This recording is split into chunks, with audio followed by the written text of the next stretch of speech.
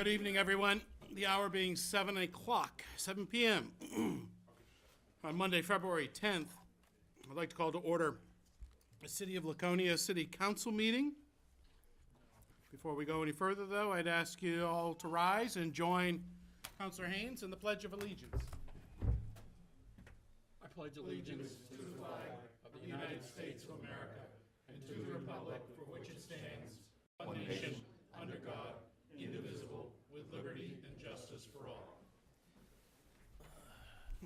Thank you, Councilor Haynes. Recording Secretary Katie Argano is joining us this evening. I'd ask her to please call the roll. Counselor Cheney. Here. Counselor Hoffman. Present. Counselor Haynes. Here. Counselor Bogert. Here. Counselor Felch. Here. Mayor Hosmer. I am here as well. Counselor Susie is absent tonight with prior notice. He cannot join us. Best wishes have to be sent along to him. We're also joined this evening by City Manager Kirk Beati at council table. The first item on our agenda is the B&R's Award proclamation.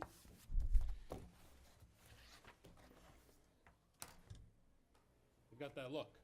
No good.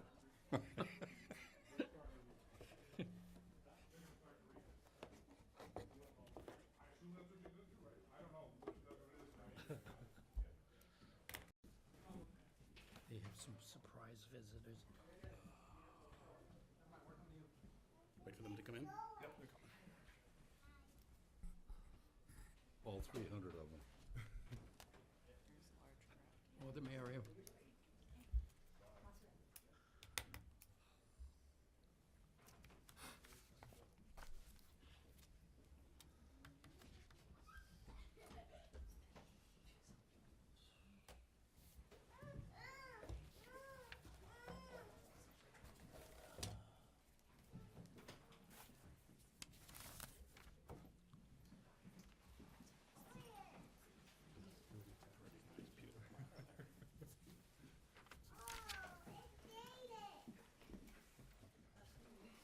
Oh, yep.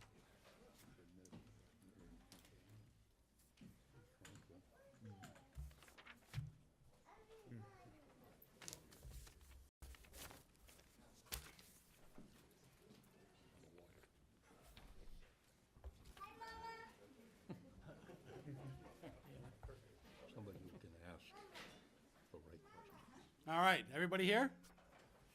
Great. Welcome. Nice to have you all visiting us this evening. This is a presentation of the 2024 Deborah B&R's Memorial Award. 37 years ago, the Laconia City Council established the Deborah B&R's Memorial Award for outstanding service to children and youth in the Lakes region in memory of police officer Deborah B&R's. Late Officer B&R served the city and its youth with uncommon devotion, dedication, and distinction during her 9 years with the police department before her death in 1987. Each year, a committee comprised of one city councilor, one member of the police department, and one member of the school board selects an individual to be recognized for this award based on nominations from members of the community. The award honors a member of the community who has enlivened and enriched the lives of young people. This year, the committee has chosen to honor a member of our community who has been a champion of Laconia's youth for well over 30 years. Inspiring the next generation by making it possible for kids to realize their true potential, she has provided the tools for every one of her students to achieve their best lives and futures. Beginning her employment with Elm Street School in September 1993, this year's winner has spent the majority of her time there guiding and motivating her students in grade 5, making a difference in their lives. In addition to her classroom experience, over her career at Elm Street School, she has served as a mentor for new teachers, helping them to become quality educators, and has also supervised student teachers to provide them with a foundation of what it means to be in the classroom. This year's winner has sat on numerous committees at Elm Street School to help provide leadership and guidance throughout the years.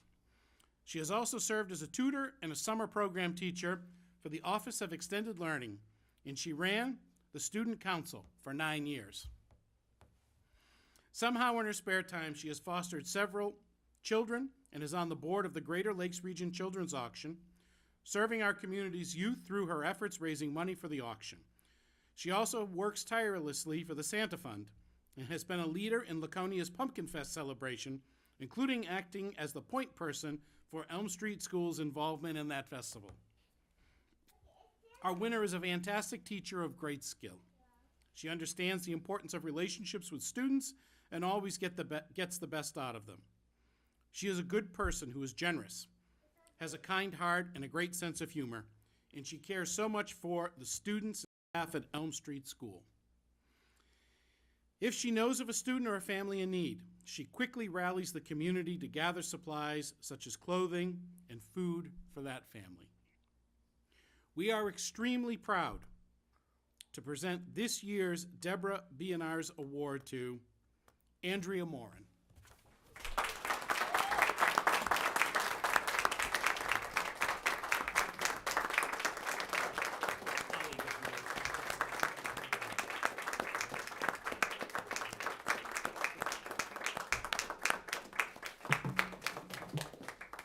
Thought I was signing a dump petition.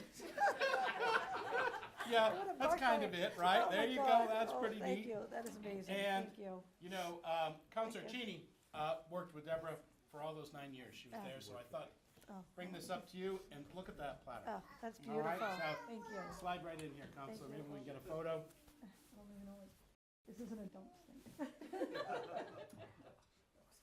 Congratulations. Thank you very much. Thank you for your work.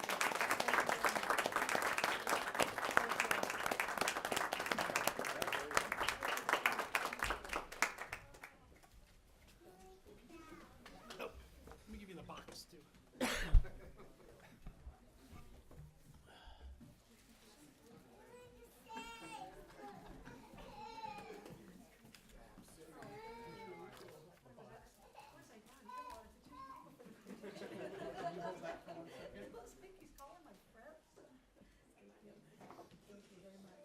Thank you. He's shocked, no idea.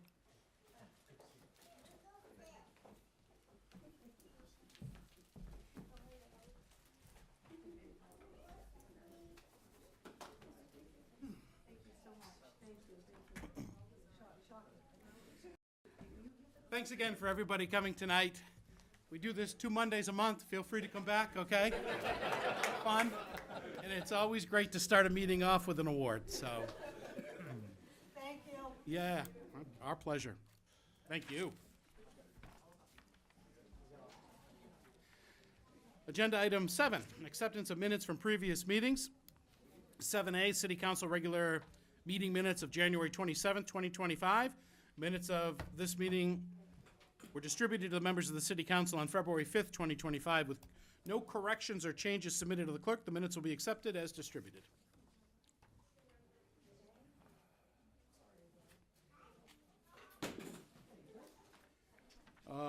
Agenda item number 8, under consent and action items.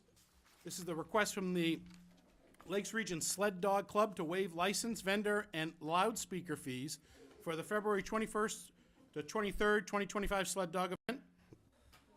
This is a recurring request with no changes from prior year approvals. The special events application and a map of the event received from the Lakes Region Sled Dog Club are attached to your packets. The Special Events Review Committee approved this event at their February 5th, 2025 meeting.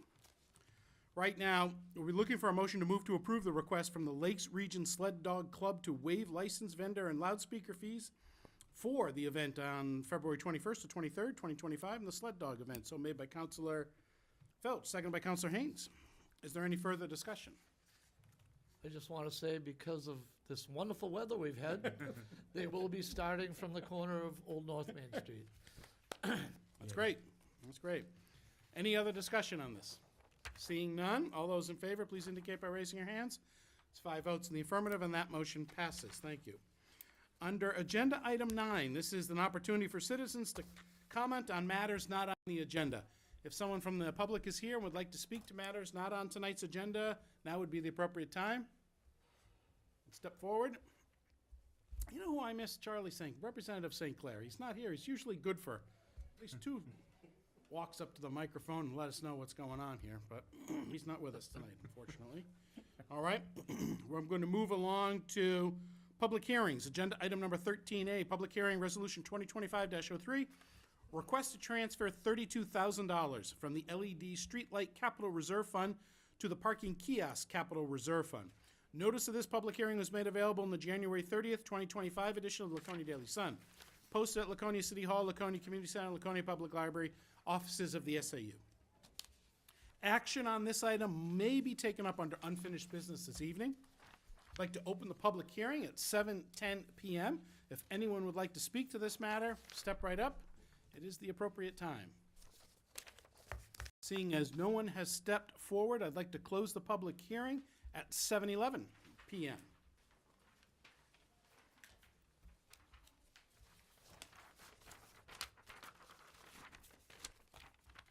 Agenda item number 13B, public hearing for ordinance 2025-194-24. This is a request to amend Chapter 194-24, Section H, to increase the fees for disposing of tires at the transfer station in Section L to establish a late fee for customers with a transfer station account. Notice of this public hearing is made available in the January 30th, 2025 edition of the Laconia Daily Sun. Posted at Laconia City Hall, Laconia Community Center, Laconia Public Library, offices of the SAU. Action on this item may in fact be taken up under unfinished business later on this evening. I'd like to open the public hearing at 7:11 p.m. If someone would like to speak to this matter, now would be the appropriate time. Seeing no one has stepped forward, I'd like to close the public hearing at 7:12 p.m. And we'll move right along to agenda item number 14, which is presentation from the Laconia Housing Authority. Welcome. Thank you. It's good to see you. Good to see you also. We did bring some hard copies as well, so we can pass those out to you. Kathy, I see you brought backup. I see Bob out there. Yes. Yeah, this one So we here. recognize Yes, some yep, of you our got it. The only thing on there? members of Yep, we our made sure. board members, Pat Wood and Mr. Harrington as well. Welcome, Patrick. Welcome, Bob. Thank you, sir.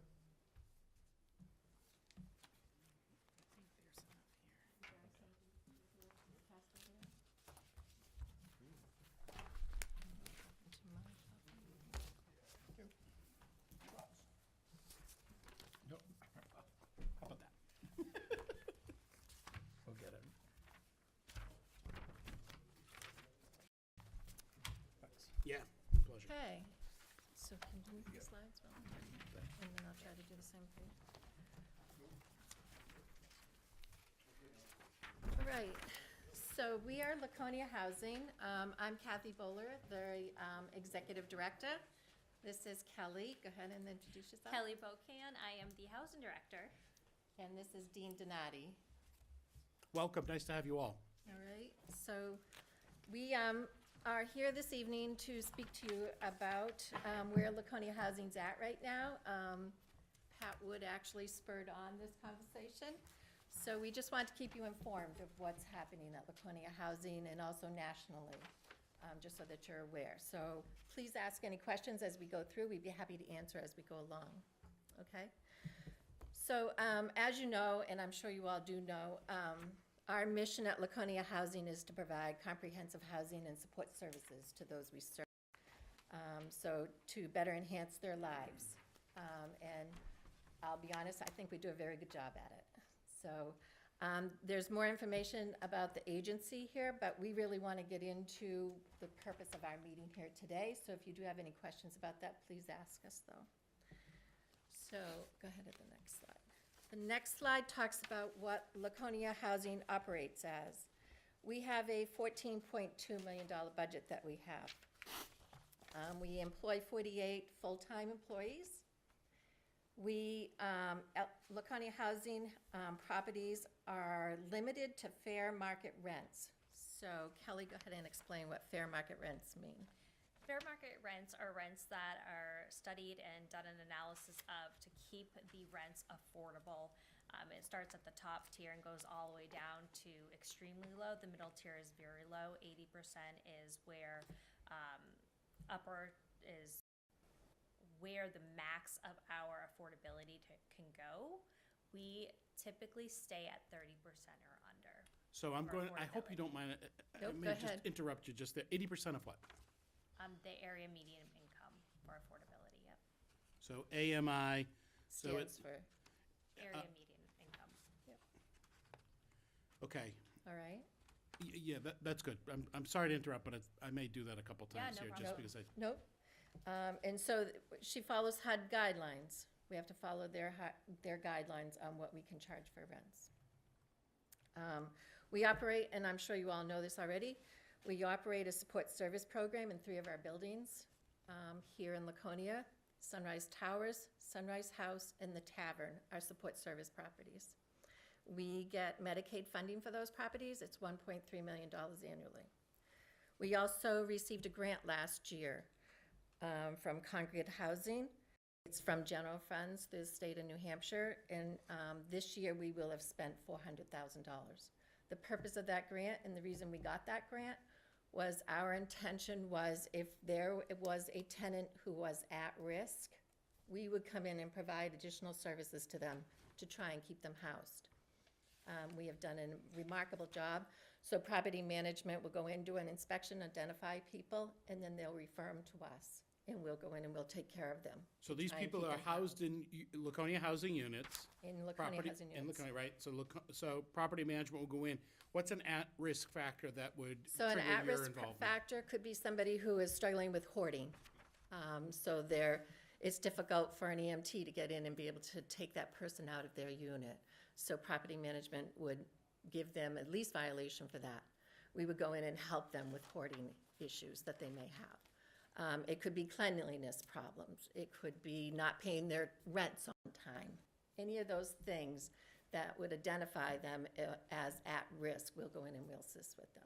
Can you update us on the Congregate Housing Services Program? It's a $400,000 grant. Do you know if that's a recurring grant or will a So request go we in? have, we're going to be going into our second year. The original dollar amount of it was $750,000.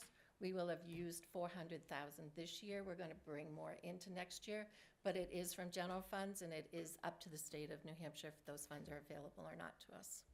If I may, the funding for this program is very important because once somebody is finally housed, 3 years later, they finally come to the top of the wait list. Now what? They're in a house and they're in this new environment and there's not much information that they have been given or trained on how to live independently. So once we get these people housed, it's so imperative that we keep them housed. And I think that's one of the biggest and hardest issues that we face are keeping these people housed because they may not come with the knowledge that you would assume a typical renter would. So this program really helps offset that level of education that's necessary to live independently and stay housed. Right. So, The people, the clients that come to you, where are they coming out of? so we had a gentleman, probably about 5 months ago. He moved into the Tavern. He came from the Carey House. Okay. He's a retired vet from the Army. He did not have anything when he moved in. I mean, literally, he was sleeping on the floor. He was supposed to have Choices for Independence, but his Medicaid had lapsed, and he did not have any coverage. So that's how he got into the house, was he came to the top of our wait list, and we could put him in there before anybody else. Then he lost his coverage. We put him immediately into this program to be able to assist him to get him through everything. We helped set up his unit for him. We connected him to services. We got things in his unit for him. He is doing remarkably well and cannot say enough about how much he appreciates it. So that's what we're trying to do is those people who are at risk, if we know about it and property management and support services are talking very closely together, we're connecting them to this program to be able to assist them as much as possible. Okay. So you've got about a 3-year wait list for someone to get a roof over. Can be 3 years, and we're gonna get into that. This is gonna give you more information. Okay, sorry to interrupt. You can tell me to wait. Nope, Hold that's my okay. horses and So the program we're going to speak a lot about is the one that is highlighted in yellow this evening. That is our Housing Choice Voucher Program.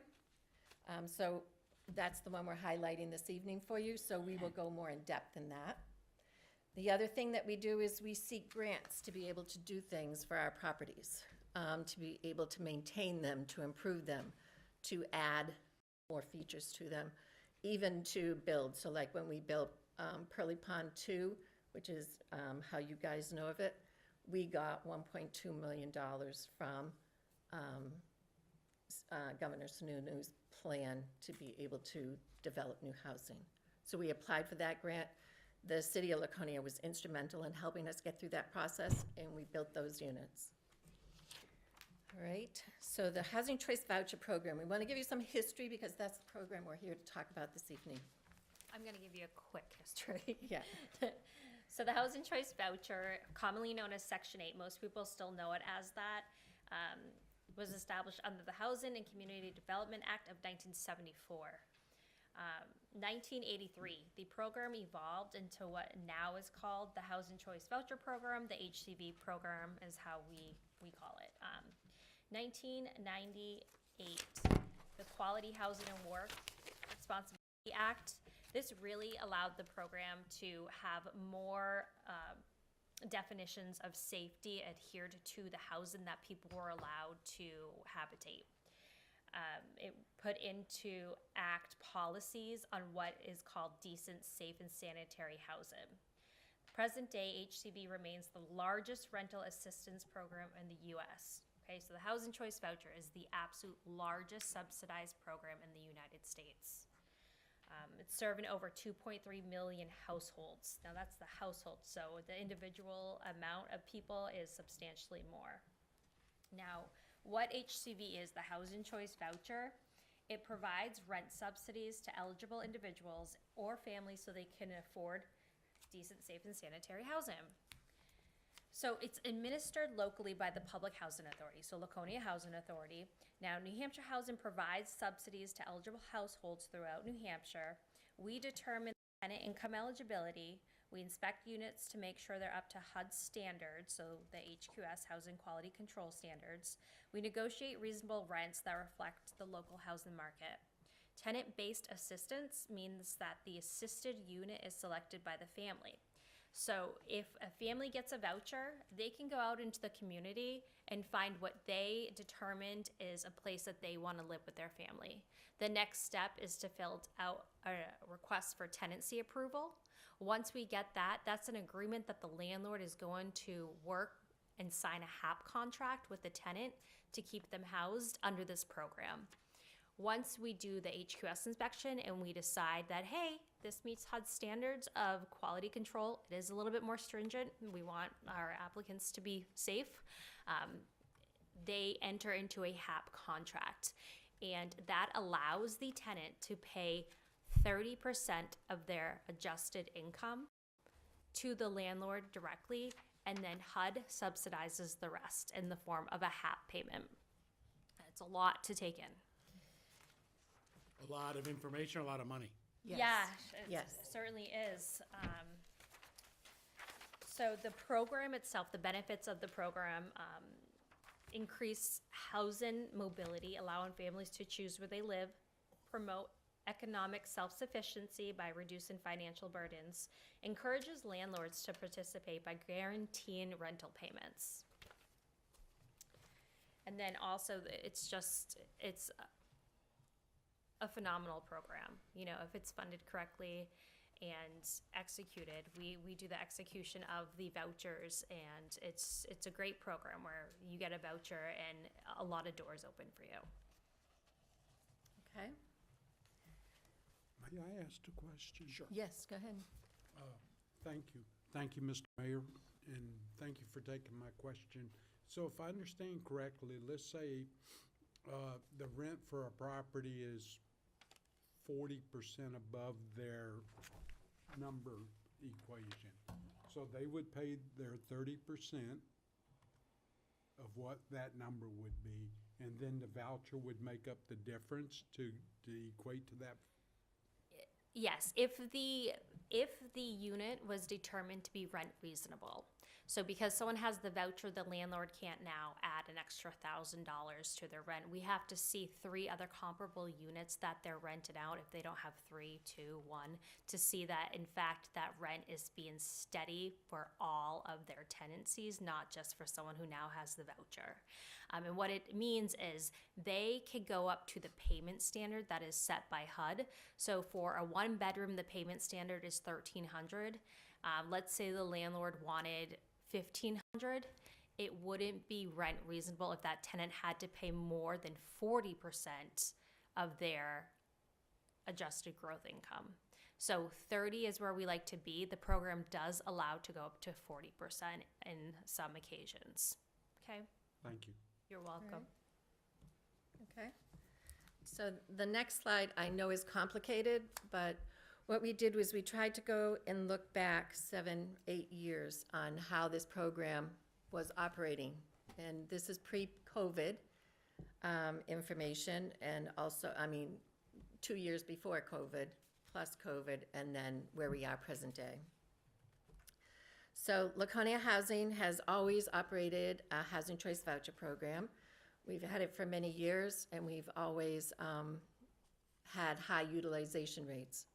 And we've always been very successful with the program. To our knowledge, we have never been in a shortfall status. And what shortfall means is you don't have enough money to pay your current listing of landlords and vouchers out on the street through the end of a calendar year, which is December 31st. So you fall into shortfall if you cannot do that. Last year was Laconia Housing's first time that we went into a shortfall status. And this information that we're presenting to you here is where we were at before. Our average subsidy, if you go down, I'm not sure how we can do that, but if you can see the pointer here. I can't, where yet? I'm sorry. Can you highlight that, Ro? So we used to be at an average subsidy in 2018 at $575, if you look on the Got it, yeah. information in front of you. We were $575. Today, at the end of 2024, which HUD operates on a calendar year, so it's through December 31st, 2024, our average subsidy was $833 in order for that person to only pay their 30%. So it keeps on going up, how much is going out for one tenant in one unit, okay? So that, if I'm not mistaken, that is really driven by the market. It is driven by the market. Right, and if the federal funding doesn't keep up with the market, the dynamics of the market, Yes. that's where you start to, the delta gets bigger, correct? Exactly. That's exactly where we're at. And so on the bottom, down towards it's a 1-bedroom unit month rate. We gave you 3 lines from the bottom. It used to be $765 in 2018 was the average amount. It's now up to $1,300. So the rents continue to increase. The person is still paying their 30%, but more is being covered by the subsidy. Okay, so our hat is going out faster.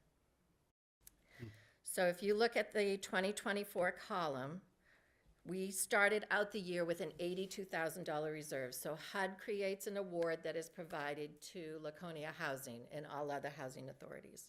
You're given that information in April or May timeline for the beginning of January. So you're given it in the rears, okay? We started out with $82,000 left over from 2023. So they allow you to keep so much of your money in reserve. We used up all of the reserve, plus our award funding was the $4,118,000. And we spent $4,347,000 in 2024. We came up with a $146,000 shortfall. We, in July, received a letter from HUD last year that stated we were going into shortfall. We knew we were going in shortfall. We had been telling them since October every year we were going to be in shortfall. We immediately, we'll go into I'm just going to finish this and then we'll go into the ramifications of that. In order for us to be fully utilized at 833 and use 509 vouchers, we have 509 vouchers available to us. we would need $5,222,000. So we are nowhere near what we should be getting. So the most vouchers that we used last year was 445. And that's an important number that I want you to remember as we go through. So we have 509 available. We were only using 445 last year. All right, you want to go to the next slide? So there are two, we received a letter in December and became aware of what was being from Washington, what was going to be allowed us. We still don't know today what our award is going to be. So the estimated award from the Senate is 97.5% of our award last year. So we would only get 97.5% of that. If we do, we started out the year with a negative 16,000, meaning Laconia Housing paid for vouchers in the community. We would be in a negative position this year of $343,000. So if the Congress decides what we would get, their number is 88.59%. If that comes to be, we would get a negative $731,000. So Laconia Housing cannot support $731,000. So this is the difference between the Senate at 97% and the House at 88%. Yes, and nobody's offering us 100% of what we spent last year. And obviously, rents are going up. So I guess my question is, what do you have for cash reserves to cover that? We don't have what we have used up all of our reserves, indicating here we went negative 16,000. What we do have available, which is Laconia Housing's administrative funds, which the board has allowed us to continue to use. We are using about 10 to 15,000 of that every month. We could probably last the year. We won't make it into next year. Next year, we would start the year off having used all of our HAP reserves, all of our admin reserves, and now we're into a negative situation. So this is, since we started this, in 2023, we were fully funded. We didn't have any issues. We had enough money. Since 2023, last year, we lost 12 vouchers out on the street, which means that there are 12 less people in Laconia that are available for housing. If the Senate is 97.5%, it'll be 42 people who lose vouchers. If it's Congress, it's 79 people who will lose housing. So we are taking in people on our wait list and applications, but here are the ramifications of what's happening. We are not allowed to issue a voucher out on the street. If we did, we would be in non-compliance with HUD, and we would be in serious jeopardy of receiving, they may force us to pull back vouchers from somebody in the community and say you have to take that voucher off the street and bring it back in, that they're not going to fund it anymore. So those are some of the things that could happen to us if we don't obey the rules that HUD has out there. Okay. So, I've already explained to you. I want you to know that this is not a Laconia housing problem. We are not the only ones doing this. This is a national problem, okay? So it's, the funding is projected at quite a bit less. There could be 64,000 fewer people nationally without it, if it's the Senate, and it could be even more, 286,000 if it was Congress who was setting it. Can you estimate, I see 42 fewer households or 79 fewer households, totaling how many people would lose the housing? So typically, our housing, which in the next, we'll get to a lot of our housing is senior and disabled. So we only really have one multifamily property, and that property is not in jeopardy of losing their vouchers. And we'll explain why in a little bit.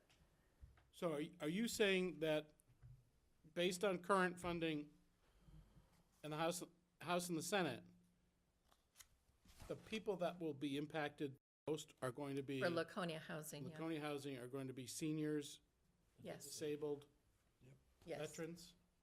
Not, it could be veterans, if a veteran is in a unit, yes. And if, by saying they're in, I mean, isn't that the nice way of saying they become homeless? Yes. That, or, yes. Or go some other place, go back living with family, or something will happen to them.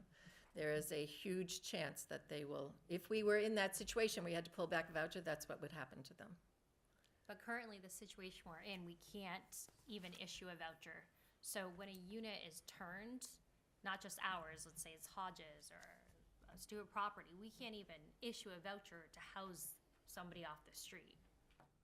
So the rate of what she just gave you, the 42, that's just from us not being able to continue on the level we're at. That doesn't include the people on the street who are now not going to get a voucher either, and the churn of the units that we can no longer fill.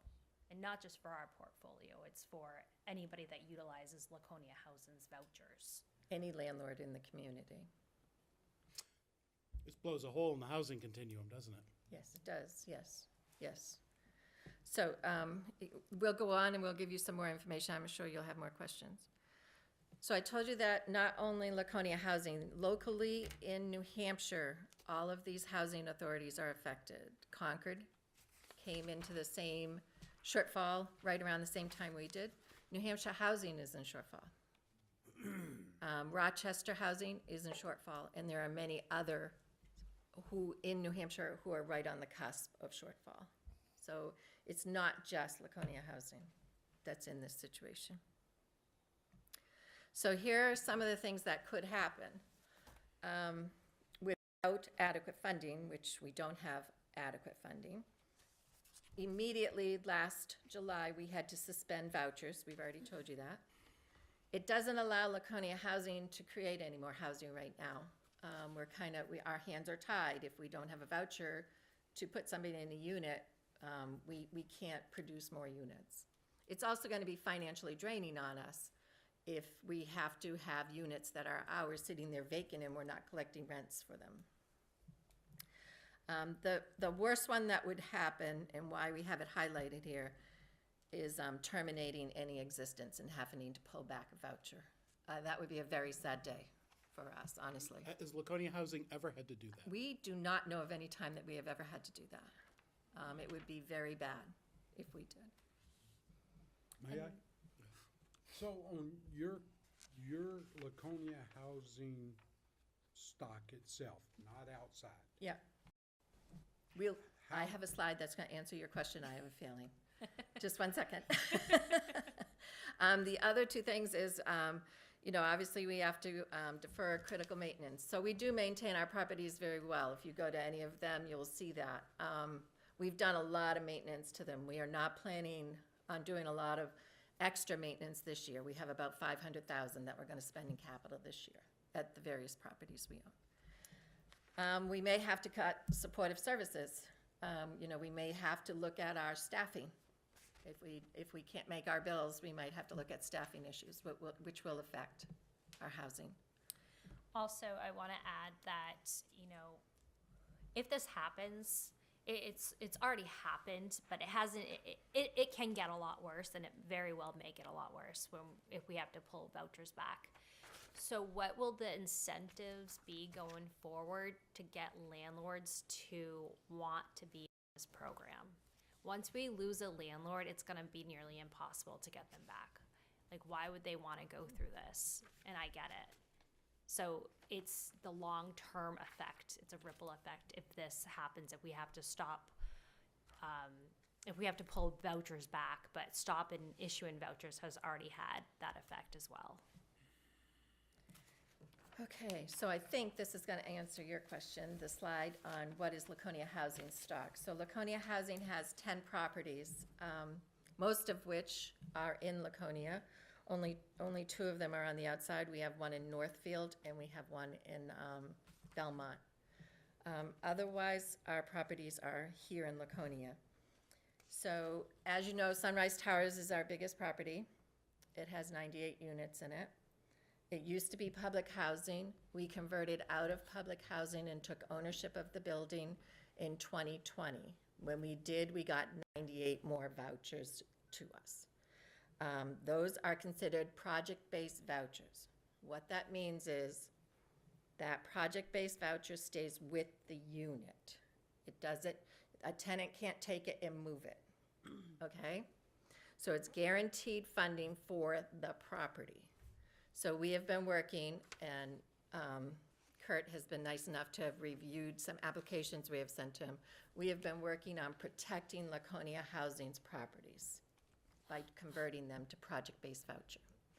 This second property that we just converted was the Tavern Inn Apartments, which is 50 units over here. In October, we converted that to project-based vouchers. That doesn't give us any more money. It just means that the money that we are given is allocated to that property, okay? We are looking at converting 2 other properties, and we have the application completed. We just need to know, do we have enough funding to do it before we make that leap of faith? So we are looking at Sunrise House, and we are looking at Sunrise Place, our new office building that is 4 units, and making that project-based voucher units, okay? So there's a lot of information on this page once again. What I think is important is that you see that we have new vouchers that have come in, new applications, not vouchers. New applications that came in that were 24 just since January 1st. So every day we're opening, and every day we receive applications, and we receive inquiries through phone and email and so forth, looking for a place to live.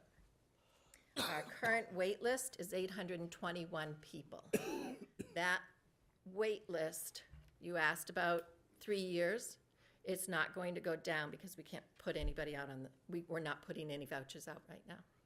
So it's only going to increase. So if it was taking 2 years or 2.5 years before, you're going to be 3.5 to 4 years before you come up on our wait list now. So when you receive an application, doesn't necessarily mean they're put on the wait list. I mean, the application is just the application, right? It's a pre-application, and then when we can actually issue, we walk them through a deeper application process.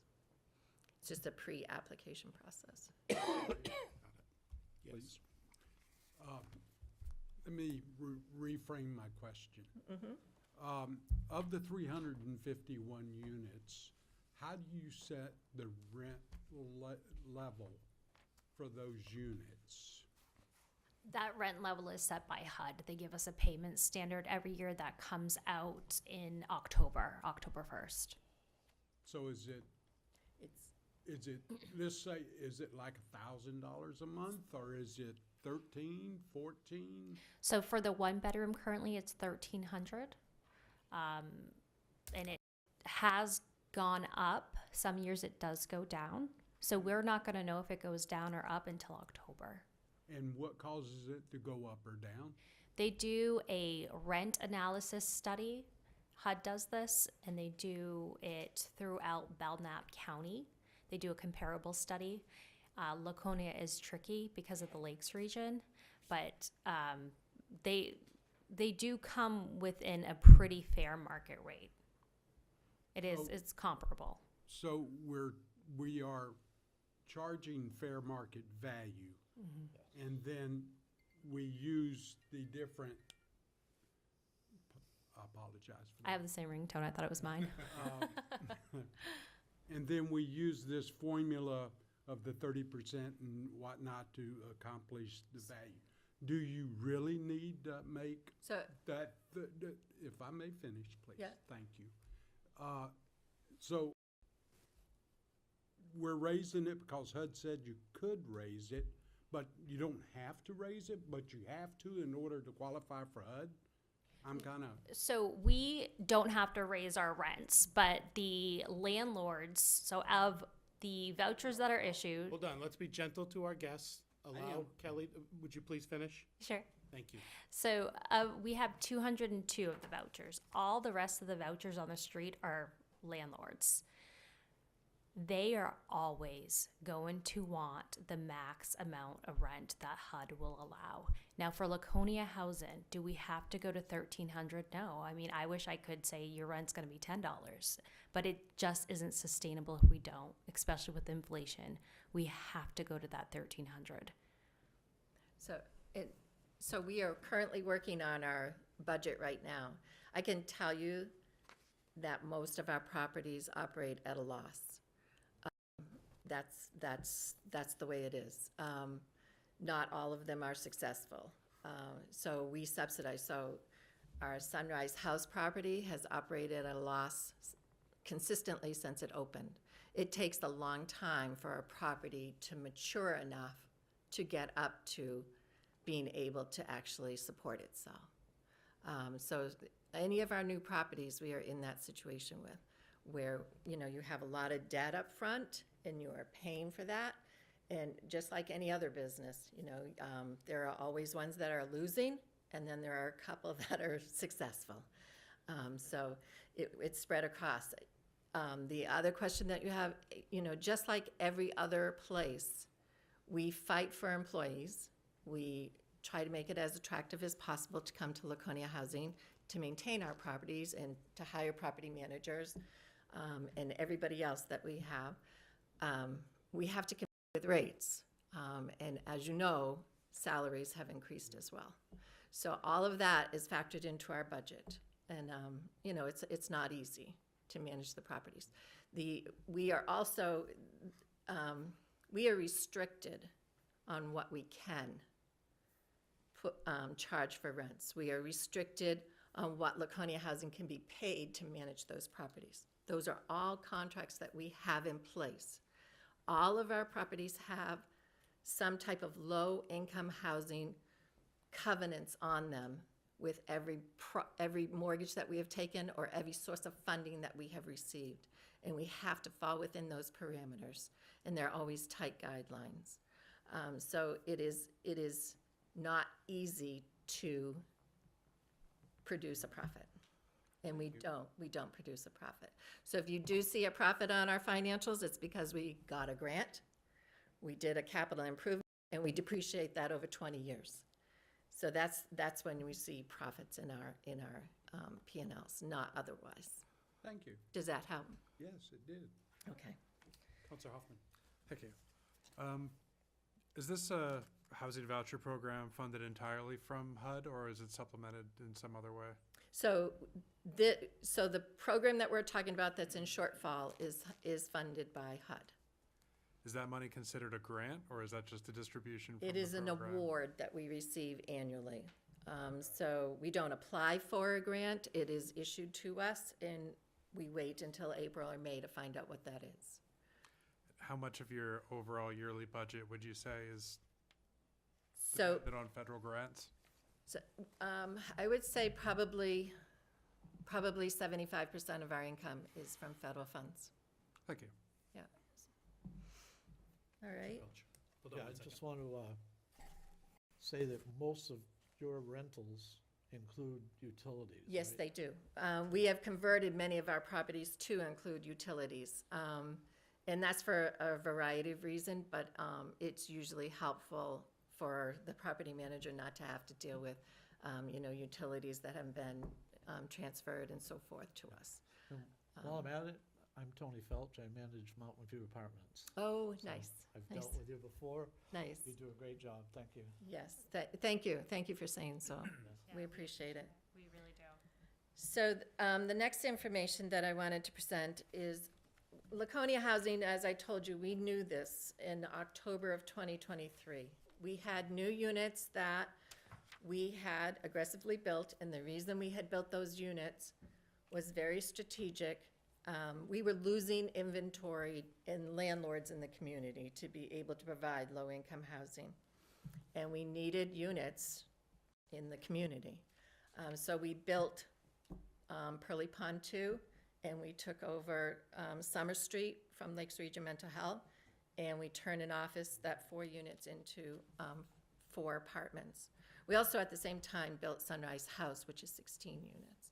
So we have added inventory to our portfolio, and we needed to.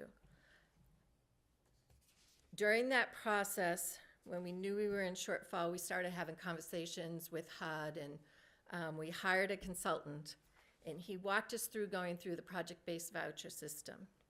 So any housing authority, not just Laconia Housing, is allowed to look at their vouchers and be able to put some of them, 20% of them, into a PBV contract.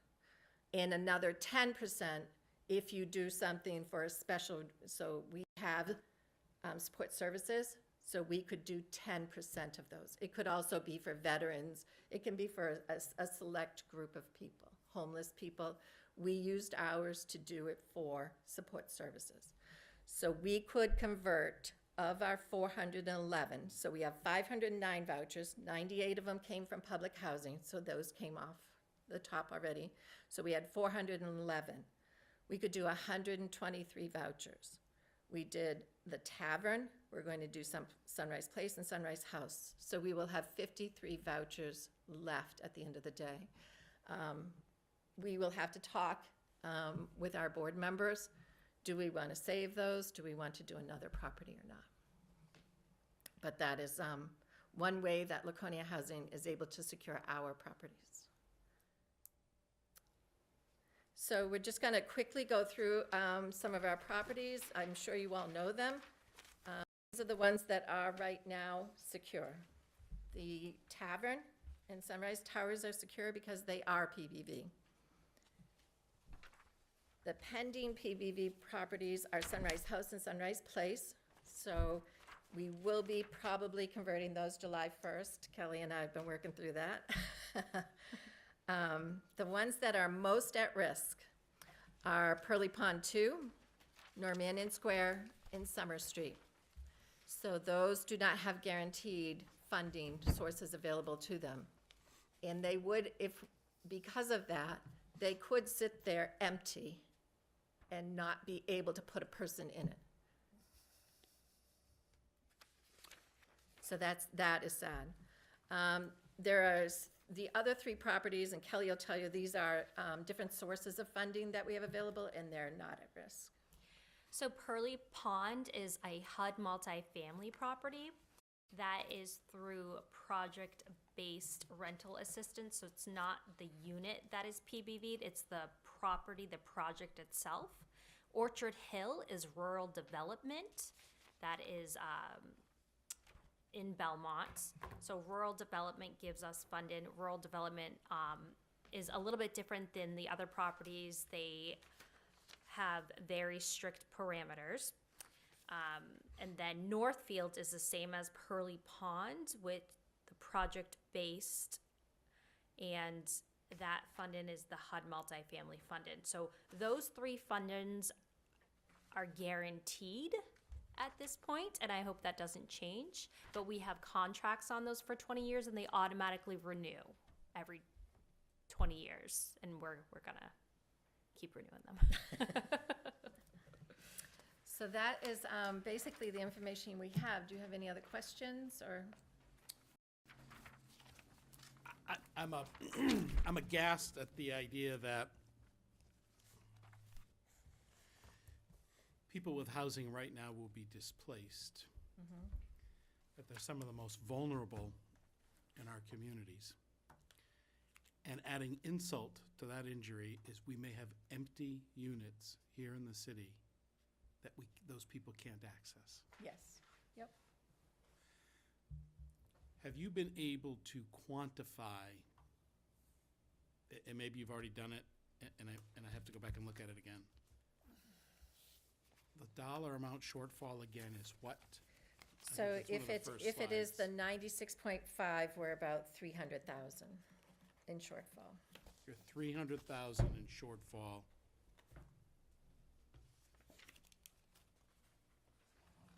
So I mean, I will tell you, basically what HUD wants us to do is get down to like 423 vouchers or 420 vouchers. What does that mean?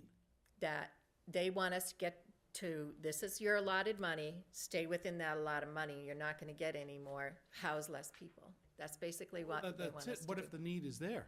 Exactly, that's The need is exactly, the need is there. But that is the pressure that we constantly feel is get yourself down to within your dollar amount allotted to you. And still have enough money to run the program itself. Right, And incentivize landlords to keep coming in. We can't lose landlords. And this isn't just a New Hampshire thing. There's over 400 housing authorities in the country facing this. So I think you just look at your matrix here, and it's clear to anybody, I mean, you don't have to be in the private sector or public sector, it's a failing business model. Yes, yes, yep. Yes, so what we need is government to understand that we do, this is not the program to cut. This is not the one. I think you missed the humor in your first two words. Yes. Government to understand. Understand, yes. 3, sorry. This isn't like, I mean, just the downstream effect of this is so detrimental, right? It's gonna affect education, it's gonna affect hospitals, it's gonna affect nursing homes if our population, because we are a lot of seniors. So what is your plan to make up this $300,000? So we are informing everyone that we can, which is why we're here. We have sent a letter to Pappas. We have sent a letter to Senator Shaheen. We would love to meet with Kelly Ayotte and give her the information. So if anybody has a in with her, please let us know. Those are the people that we are trying to inform on how detrimental this is to our region, and not just our region, to the whole country. So in considering things like you received a $400,000 grant previously for sort of wraparound services for some people that were at risk, we'll say, right, to keep them housed. That's a state grant, totaling $750 originally. Yes, Was $750. that ARPA funding? Is that where the money? Yes. So it's one-time funds that, We're hoping, so the gentleman who runs the grant came out and went through our whole program. I was so impressed with what we're doing. He is going to petition for that to continue. okay. So do you know whether any of your needs for housing are part of the budget being prepared right now at the state level? I and do whether- not know that. I do not You know have no if idea they, whether you have prioritized needs within the budget? no, I don't know that. Okay. Any other questions for our guests? Just- Gently? Thank you, Mr. Mayor. I'm also a state rep, so if I get with you in the next day or so, and maybe we could formulate some stuff that you would like to have sent upwards. We would love to have I would. the housing committee come out and meet us and actually walk through our properties and see what we do, and would show be- them what we need. I would be happy to see if I can help. Wonderful, that would be wonderful. We would love to host them. Any other questions for our guests? Kathy, Kelly, Dean, Bob, Patrick, thank you for the work you're doing. You have operated sort of you're at the forefront of housing in the community, but you're in the background doing your job sort of quietly and efficiently. And I think it's you're an organization that, dare I say, we take for granted sometimes, right? And they don't know, and only when you come before us and talk about the impact that shortfall in funding could have on human beings and what could happen to them. I think it's sobering, it's serious. I'm sorry you find yourself in this position. Thank you. And I look forward to finding any way that we can be of assistance to you going forward. And I hope you come back again as things progress, either with good news or bad news or any news, because I think this is certainly, it's incumbent upon us to find any way we can to assist. Okay, thank you. Thank you very much. Appreciate it. I appreciate your time, everybody. Thank you. Thank you.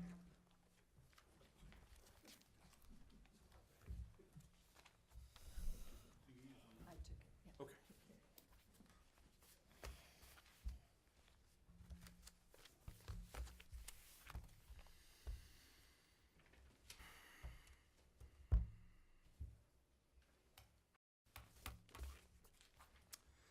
I'm going to forego my comments this evening on the mayor's report. I'll turn it over to the council for council comments.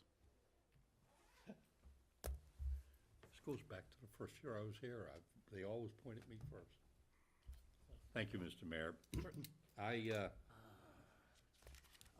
had a list the last time we met. The manager and I have met and gone over some of those.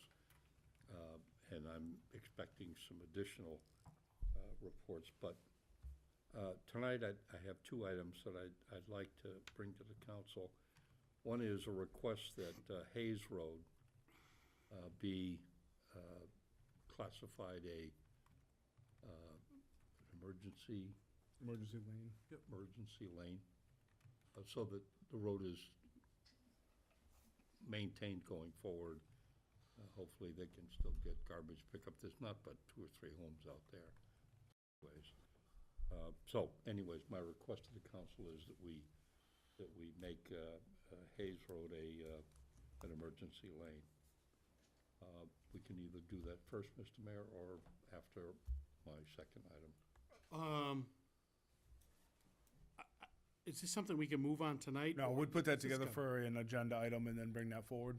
Yes, yeah, so if we can ask the mayor, we'll ask the city manager to do that, and we can bring it forward, yes. The second thing I want to bring up tonight, Mr. Mayor, is LRGH as I know it. I'm getting nervous. We sent a letter, we got some pablum back. We have, I think, 14 months until the Concord Hospital makes a decision about where they're going. So I've started looking into things, and I'll go to the end first and then tell you some of why I say it.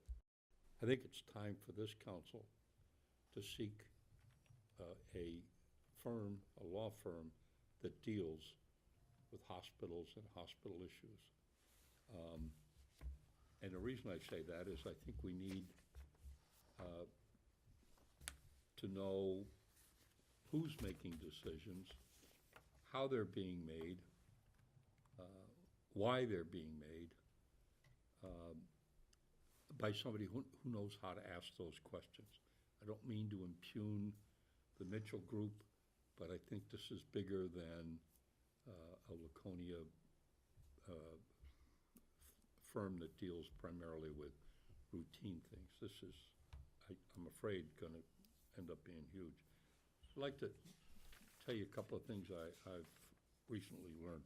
Before I go any farther, I was told, and I have reason to believe it's accurate, that the Ganong family, who put together a trust for LRGH to run the cancer center, asked Concord for some accounting of what was going on with the trust, and to date has not heard one word, and we're talking months or longer.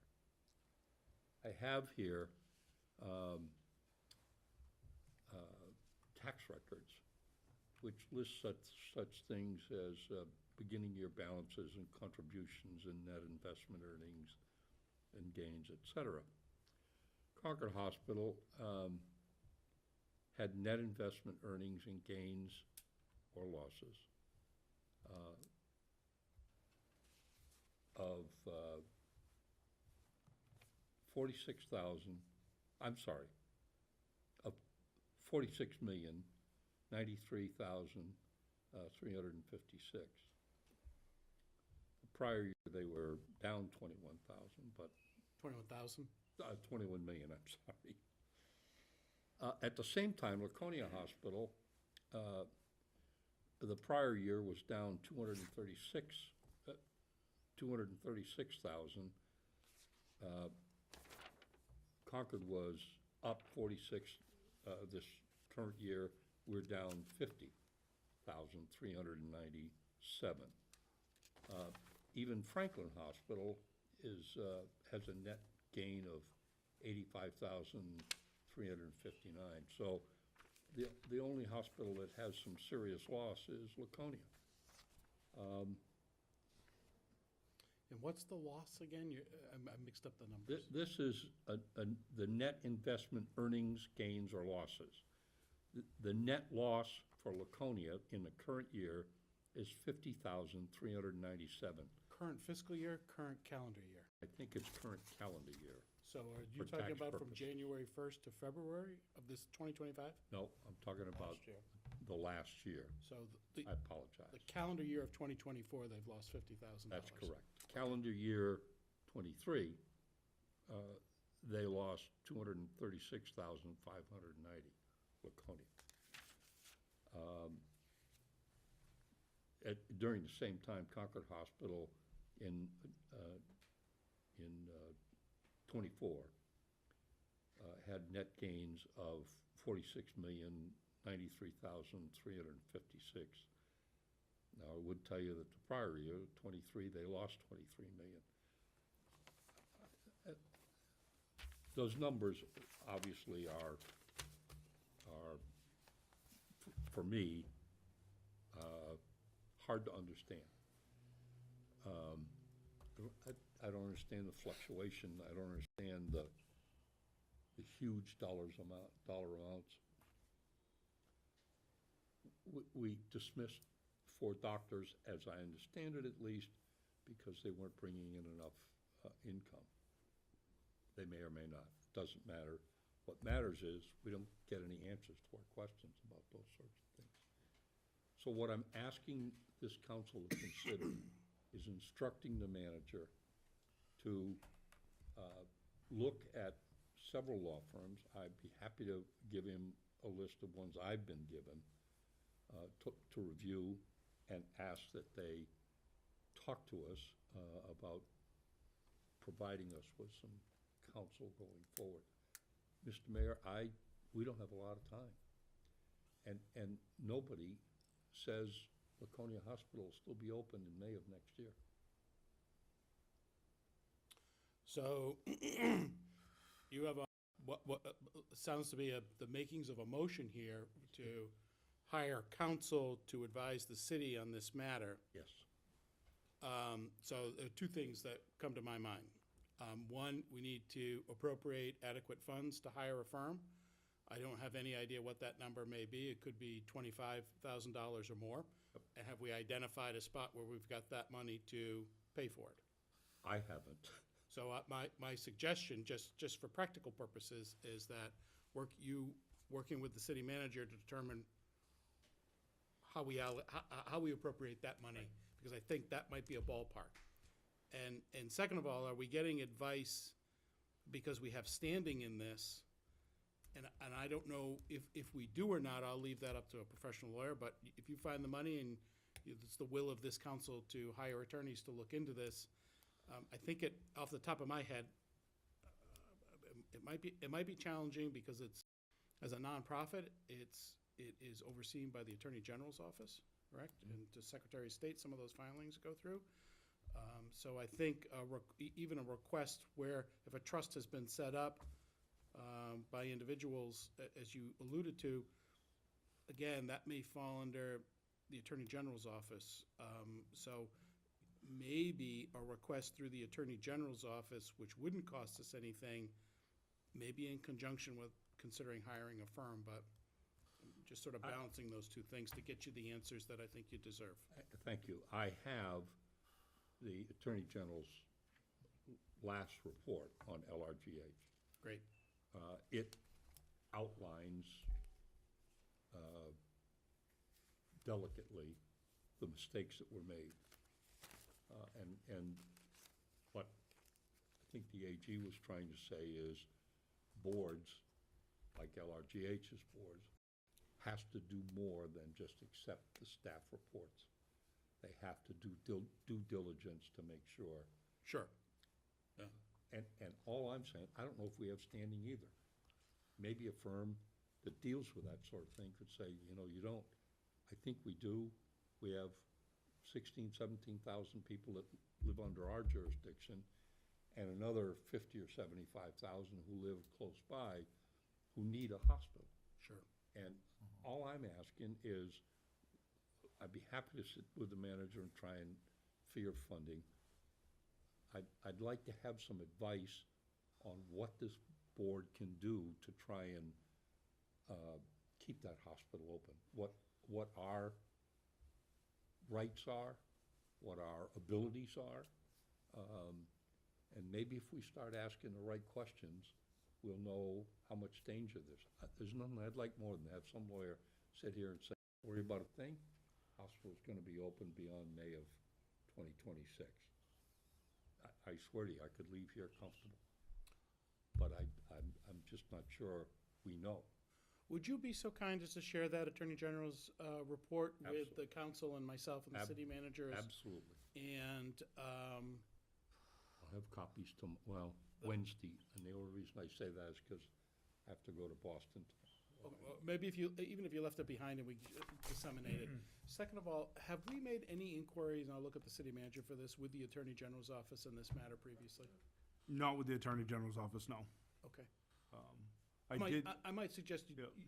you pursue parallel paths here. Yep. See where each one leads. Yep. Okay? You good with that, Council Cheney? I am. I would hope we could also start the process of looking for a law firm. Okay. Assuming the balance of the council. Find the money. Yep, well, that's, Yeah, sorry. Kurt, are you aware of all these correspondence that went out? Has there been any response from Concord whatsoever? not directly to my office, no. Okay.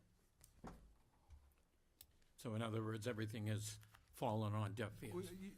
and if I can No, interrupt. I won't, no, not, so, there has been some response from the hospital. But it's pablum, Mr. Mayor. It's pablum. I think it requires a leap of faith to trust them that they are going to fulfill their obligations. Yes, absolutely. Is that pablum, or is that just saying, trust us, we are here for the long haul, we're moving in the right direction, we'll get the ship righted? Knowing the complex nature of the finances of any healthcare system, it's a leap of faith to say, okay, we trust you and it's all good. I understand exactly what you're saying. Yeah. You're kinder than I am, and I appreciate that. But at the end of the day, I think we need somebody who can say, this is who we have to talk to, and that's the question we have to ask him. I don't know the questions. I really don't. I mean, you've outlined the broad spectrum, but there's some specifics I think we need to ask, and we need somebody who deals with hospitals legally on a routine basis to say, ask this guy or gal Yep. that question, and I'll see to it you get an answer. Yep. That's what I'm I hoping can- for. But Counselor Cheney, will you get an answer? That's what bothers me the most. I understand, but I think if we get the right kind of firm, not getting an answer would be a bigger problem for them than getting an answer to us. I mean, there are families who have interest in this, have hired lawyers and, family lawyers that ask questions and didn't get an answer. I want somebody who knows this is where you go, and that's what you ask them. And they cannot refuse you. I may be wrong, there may not be no such thing. I'm a former cop. At some point, you just want answers, and that's where I'm at now, is I just want answers. And we've still got people out there without a doctor. Yeah, My friend in his 80s does not have a doctor. I just talked to a friend yesterday who had one of those 4 doctors for 40 years. Yep. And now he's in Concord Hospital with somebody he doesn't even know.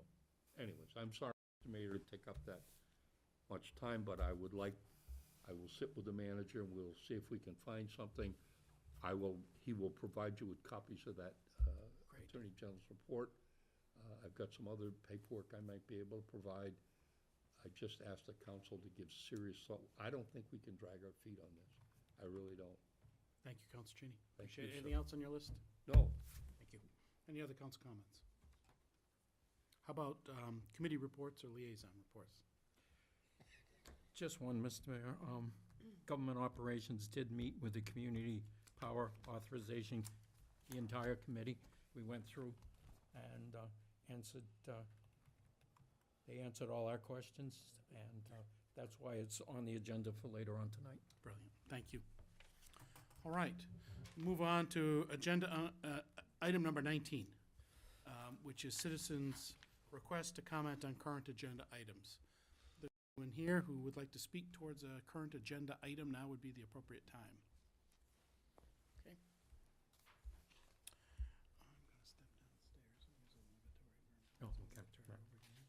So no one coming forward. I'll turn it over to Mayor Pro Tem Haynes for the city manager's report. What's that? Thank City you. manager. Thank you. So, the only document you have tonight is your financial and operational trends. You'll see the building construction number that's coming up to finalization. This is the time of year we go in and we do make a couple of adjustments in that, so that number's getting close to being finalized. We'll need the true number by the end of March, so, we're just about there with that. No real changes to the fire calls. You'll note that the, voucher expense for city relief is still significantly high. That does not show the money that we put in, the $103,000 that we put into there, that you appropriated last month to offset that, so that's just not reflected there. Same thing with police department, no major changes there. Property tax collection is doing well. We're in the upper 90% where we should expect to be right now. Overtime by departments, again, some of it's adjusting based on now filling positions. Other places are being filled by some operational adjustments within departments to make sure they're offsetting any overtime costs that may be moving too high. Motor vehicle registrations are actually a little bit ahead of where we budgeted for this point, so that's a good thing. On the bottom of the page number 28 or 4 of this document, the impact fees, I don't remember if I mentioned this previously or not. I think I did, but if I didn't, we have those professionally being reviewed. They're under a third-party review, the impact fees. They evaluate other communities, they evaluate what we're doing, they're working with the planning department. We should be seeing an update. We're supposed to do it annually, but generally it says we're supposed to review it.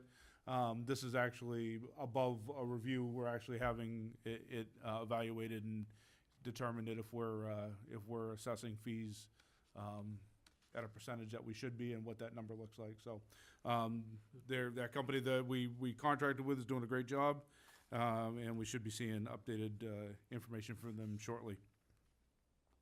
The reserve balance is relatively unchanged. We haven't put any money into there recently.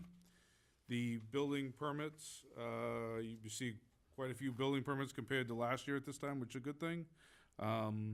We've have a couple demos permits that have been put into place. And I was just told today that one of the 3 buildings down on Providence Street has received their certificate of occupancy. One of the 3 30-unit buildings, so there'll be, it's just about living there yet, but it's just about all rented out, ready to go with people. So I'm sure the other 2 will be coming online relatively quickly here, and those will be filling up, I'm sure. So it's a good thing. We're getting people into housing, and they came out really nice too. Our revenues and our expenditures. Revenues certainly over our expenditures at this point. EMS. I'm not going to get into it too far on here tonight. We're going to have, the mayor had asked at one of our last couple meetings about having the fire chief come in and do a presentation on this and break it down a little bit further. We're going to get that set up for next month. He did start breaking down some numbers for me. And while he was doing that, he was actually able to go in and work with our billing company and find out that there were some missing runs that didn't get billed properly. So that's a benefit of at least probably $10,000 to $20,000 worth of revenue that wasn't noted that'll be included in these new numbers. We were doing great with our storm coverage costs, but they decided to snow every other day for the last month. But we're still doing pretty well. You see winter maintenance, the remaining budget for that, outside contracts and overtime, we're doing well within there. The overtime's obviously getting close, but overall, we're doing well with that as it is. And that's my whole report. So unless you have any questions? Thank you for stepping out right as I was going to talk, but that's okay. I won't take it personal. I have a couple of questions. Sure. Correct. Bowman Street Academy, that building's still there. Yeah. Coming down and falling apart. They have received a demolition permit. I will get an answer as to when that demo is going to start, but they've got the permit and it's supposed to be ready to go. So Okay. I'll get a date on it. All right. The other question I have, it's just out of curiosity, on reserve fund balances, Mhm. motorcycle week account is $4,000 in the red. Yes. Does that mean we're starting? That means the city, when we do our budget, we end up subsidizing it with general fund money to help offset that. I'm hoping that's not a trend. No, it hasn't been. It's happened. If you go back and look at the history of it, say in the last 6, 8 years, you'll see it every couple of years. It'll hit, but it's not every year, and it's not. Well, It's, I realized last year was the 100th anniversary and the whole works, but if that starts to trend like that, that's, we need to address that. yeah, and we did increase our fees last year or the year before, so we did increase our fees. It really boils down to how many people come in as vendors, but yeah, there are some years that we supplement it with general fund, but it's not every year.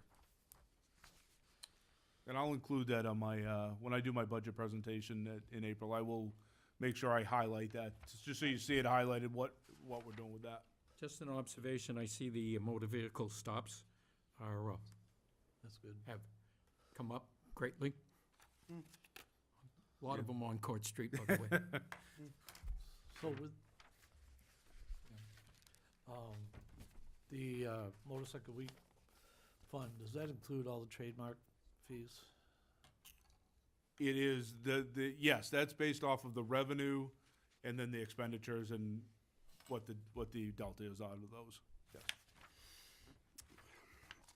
Kirk, voucher expense summary, I was not here if you touched on it, but we're, right now, year to date, we're just about equal to what we were for the entire year of 2024. Yeah. Do we have the money to cover? You allocated the additional 103,000 out of the that ARPA leftover money. It's not going to cover the whole thing, but it's certainly going to make a significant difference for us. And we're planning on budgeting. We've already planned on budgeting different for next year. You know, the only thing I can say is that the city relief has changed a little bit. It's more being used towards housing and putting people up than it was necessarily designed for when city relief was really designed, however many years ago. More of it's becoming a housing subsidy to get people out who are needing housing, and we can get them into some of the places that we use, versus a low dollar quick fix, help them out with a payment of some kind, which is what the city relief was really designed on. So the only way that we can really continue to offset that is to put more money into that line. We're looking at it for next year. We did put more in this year, but we're still coming up a little bit shorter than what was anticipated. And no ARPA funding that's available. And no, our ARPA funding is expended. Right, I mean, just looking at January, it's rent, shelter and rent make up 22 out of the 25 assistance vouchers, right? Mm-hmm. Okay, all right. Goes back to what the presentation with Laconia Housing.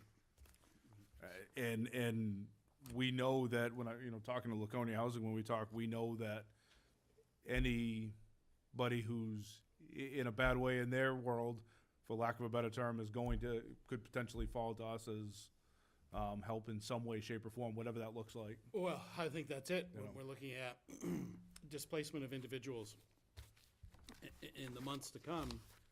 That certainly would trigger a really significant increase in those voucher funds, those welfare funds. Okay, we get that. All right. So let's move on. Thank you, Mark. Let's move on to new business item number 21, 21A, Resolution 2025-04, request to authorize the city manager to accept and expend a grant on behalf of the city in the amount of $20,587.76 to improve the cybersecurity footprint in the city's sanitary sewer system. Could you just touch on that? Yeah, this is a grant opportunity through Primex, through a company called the Overwatch Foundation. They give grants for cybersecurity upgrades and programs within wastewater and water treatment. We have the opportunity to do this grant. It's zero match to the city. It'll increase our security on our computerized systems for for our water. Okay, So this is looking to move it to a public hearing. very good. So this, we have three motions on this. The first is to motion to move to waive a reading of Resolution 2025-04 in its entirety, read by title only, so made by Councilor Cheney, seconded by Councilor Hoffman. Is there any further discussion? Seeing none, all those in favor, please indicate by raising your hands. 5 votes in the affirmative, that motion passes. Next on this matter, looking for a motion to move a first reading of Resolution 2025-04 relative to a request to authorize the city manager to accept and expend a grant on behalf of the city in the amount of $20,587.76 to improve the cyber security footprint of the city's sanitary sewer system. So made by Councilor Hoffman, seconded by Councilor Felch. Is there any further discussion? Seeing none, all those in favor, please indicate by raising your hands. 5 votes in the affirmative, that motion passes. Finally, in this matter, for a motion to move to schedule a public hearing on February 24th, 2025, during the regular city council meeting to gather public input prior to any action being taken. So made by Councilor Felch, seconded by Councilor Cheney. Is there any further discussion? Seeing none, all those in favor, please indicate by raising your hand. That's 5 votes in the affirmative, and that motion passes. Moving on to agenda item 21B, Resolution 2025-05, acceptance of a 2025 New Hampshire Department of Environmental Services Exotic Aquatic Plant Control Grant. New Hampshire DES Exotic Species Program has notified us that the city of Laconia has been awarded a grant to fund up to 50% of project costs for aquatic plant control remediation in Paugus Bay. This project has been awarded in the past. New Hampshire Department of Environmental Services works with city departments to identify locations for plant control to be completed, hires contractors to complete the work, and returns for post-remediation testing. Oh, hello. Hello. How long have you been standing there? Just a minute. Oh, okay. I didn't know if I ignored you there. Oh, okay. The city's share of the grant is $26,350, which is 50% of the total cost of the remediation. $50,000 for this purpose has been approved in the fiscal year 25 budget. We're joined by Rob Morrow. Yes. Would you like to speak to this? Just if you had any questions, but we typically do this every year, the same grant. And each year we do the 20 days of diversity harvesting. And last year we did the herbicide treatment. This year we're not doing that. DES recommends that you take a year off in between treatments. So we're just looking to continue the diversity harvesting for milfoil this year. Thank you very much. Any questions for Mr. Morrow? Brilliant. Thank you. So right now we have a series of 3 motions. The first, looking at a motion to move to waive a reading of Resolution 2025-05 in its entirety to read by title only. So made by Councilor Haynes, seconded by Councilor Cheney. Is there any further discussion? Seeing none, all those in favor, please indicate by raising your hands. 5 votes in the affirmative. That motion passes. Next on this matter, looking for a motion to move a first reading of Resolution 2025-05 relative to the acceptance of a 2025 New Hampshire Department of Environmental Services Exotic Aquatic Plant Control Grant in the amount of $26,350. So made by Councilor Felch, seconded by Councilor Haynes. Is there any further discussion? Seeing none, if you're in favor, raise your hands. 5 votes in the affirmative, and that motion passes. Finally, in this matter, looking for a motion to move to schedule a public hearing on February 24th, 2025, during the regular city council meeting to gather public input prior to adoption of Resolution 2025-05. So made by Councilor Felch, seconded by Councilor Hoffman. Is there any further discussion? Seeing none, all those in favor, please indicate by raising your hands. That's 5 votes in the affirmative, and that motion passes as well. Okay, we're rolling along now to unfinished business, agenda item number 22. Agenda 22A, Resolution 2025-03, request to transfer $32,000 from the LED Streetlight Capital Reserve Fund to the Parking Kiosk Capital Reserve Fund.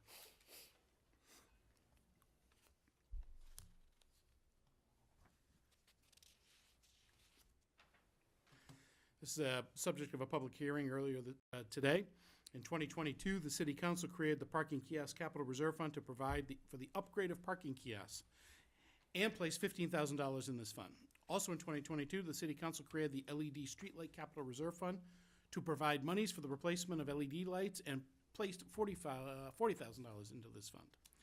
The anticipated need to replace a significant number of LED streetlights as they came off warranty in 2023 did not materialize. It is now believed that the LED Streetlight Capital Reserve Fund is overfunded. At the same time, the cost of upgrading parking kiosks at Endicott Park and Lakeside Avenue is greater than anticipated. Therefore, it is being requested by the city manager that $32,000 be transferred from the LED Streetlight Capital Reserve Fund to the Parking Kiosk Capital Reserve Fund to accommodate the cost of upgrading parking kiosks as needed.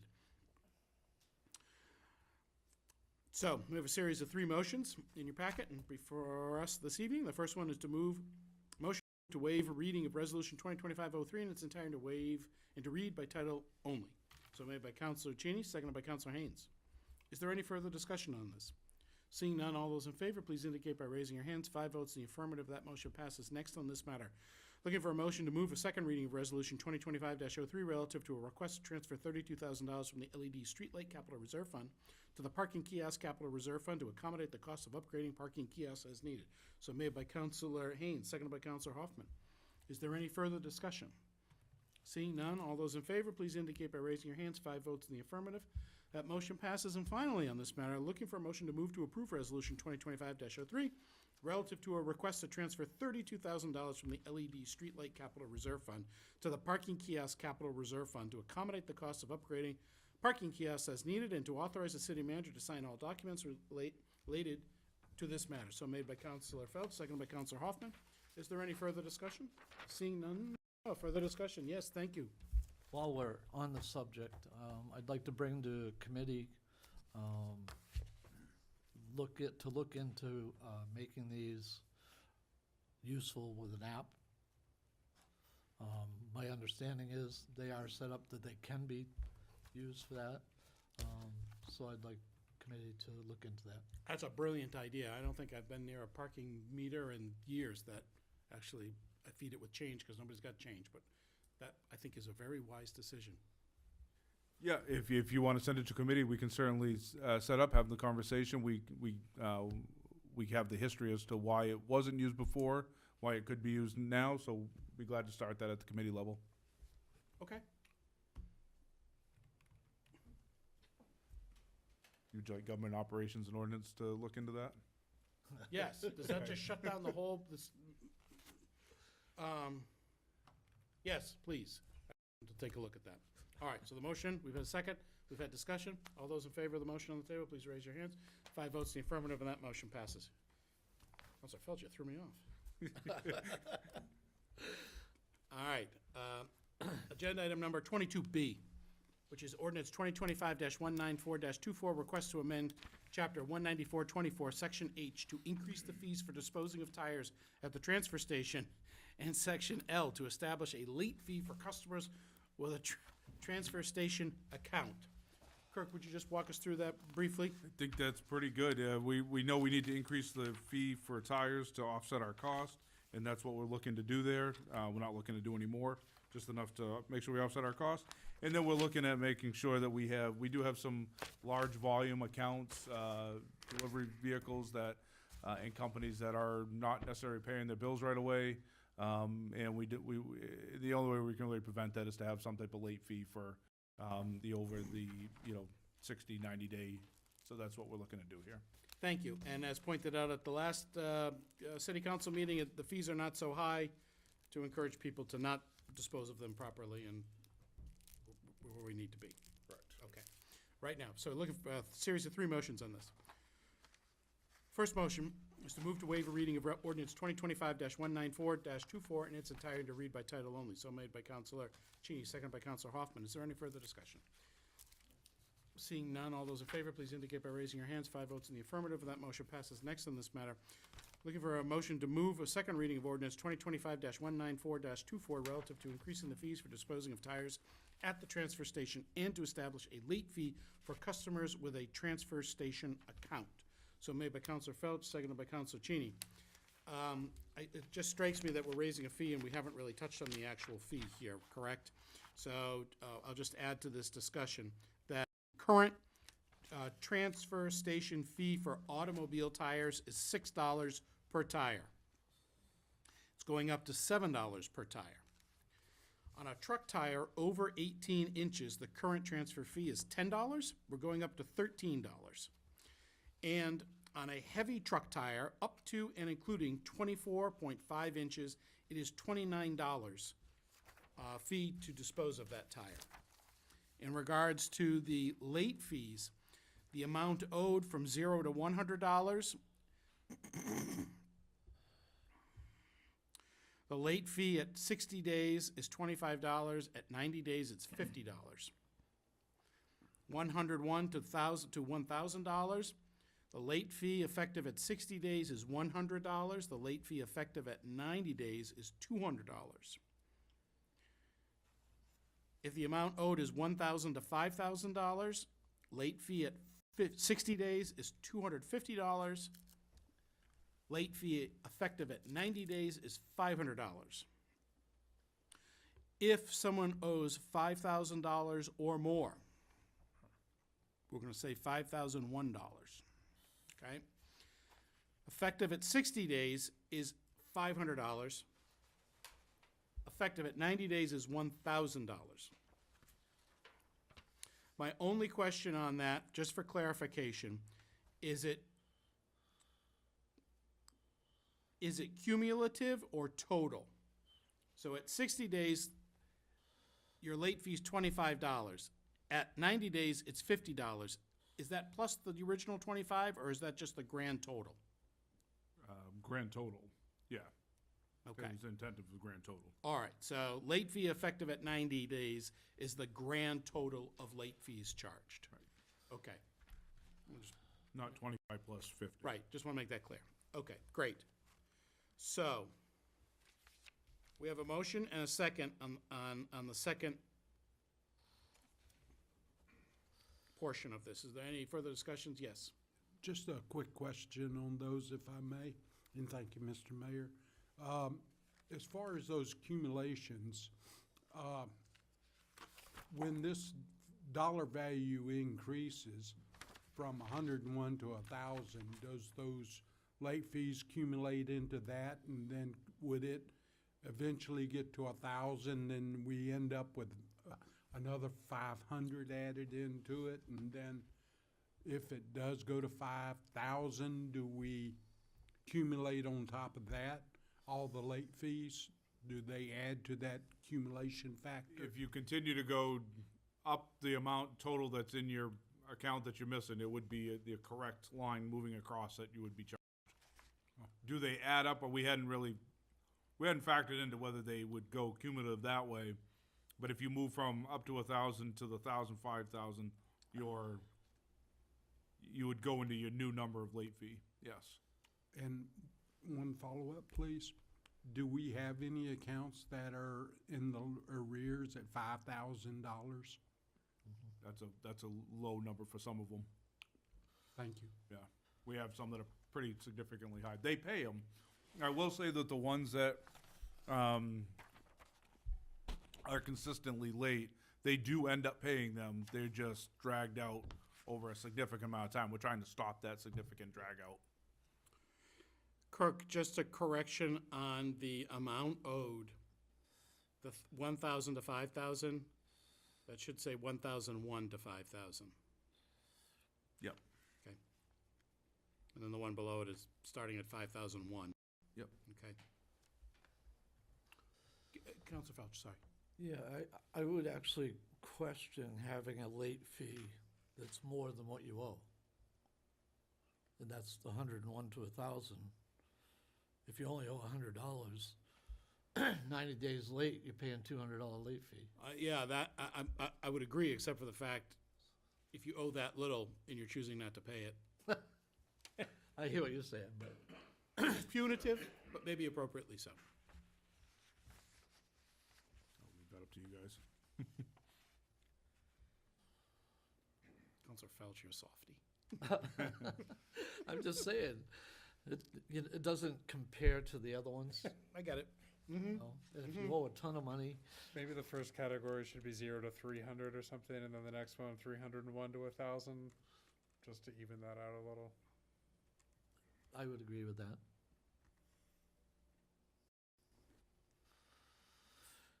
A friendly amendment? Okay, so tell me your friendly amendment. So the first tier of amount owed is $0, To $300? 0 to 300. Results in a $60, at 60 days, it's a $25 fee. Yep. Penalty. $50 at 90. The second tier is 301 to 1,000. Yep. At 60 days, it's a $100 penalty. At 90 days, it's a $200 penalty. The third tier is 1,001 to 5,000. That's 250 and 500, the 60 and 90 day. Yep. And then the final tier, the fourth tier, $5,001 and higher.